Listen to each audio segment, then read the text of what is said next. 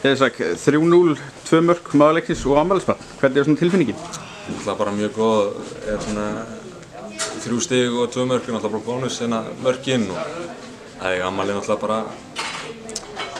bara geggið að skora og taka 3.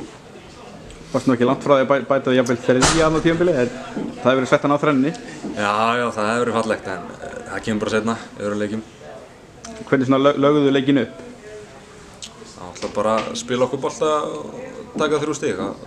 Þetta spila bara okkar leik og við getum spilað langt og við getum spilað stutt og bara fyrir því hvernig leikin þá fyrir við bara að því.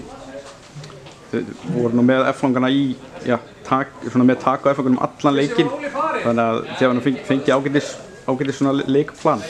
Já, auðvitað, Óskar og Dóri og allt þjálfarateymi þeir fara vel yfir leikina sem við erum að spila og skoða liðin, bara stórt kredit þá fyrir að vita alveg hvað þeir að gera og svo náttúrulega bara barninu, strákunum og vinslan og alltaf.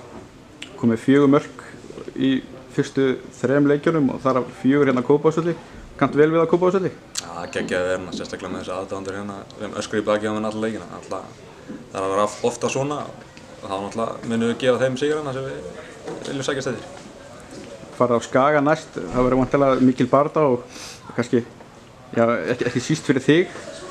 Já, það verður eitthvað. Ég býst við að ég fái eitthvað baki frá Skaganum og fæ að heyra en ég mun alltaf styðja Skagan í öllum öðrum leikjum nema það sem ég er að spila á móti og við munum gefa allt í að taka 3 stig þaðan.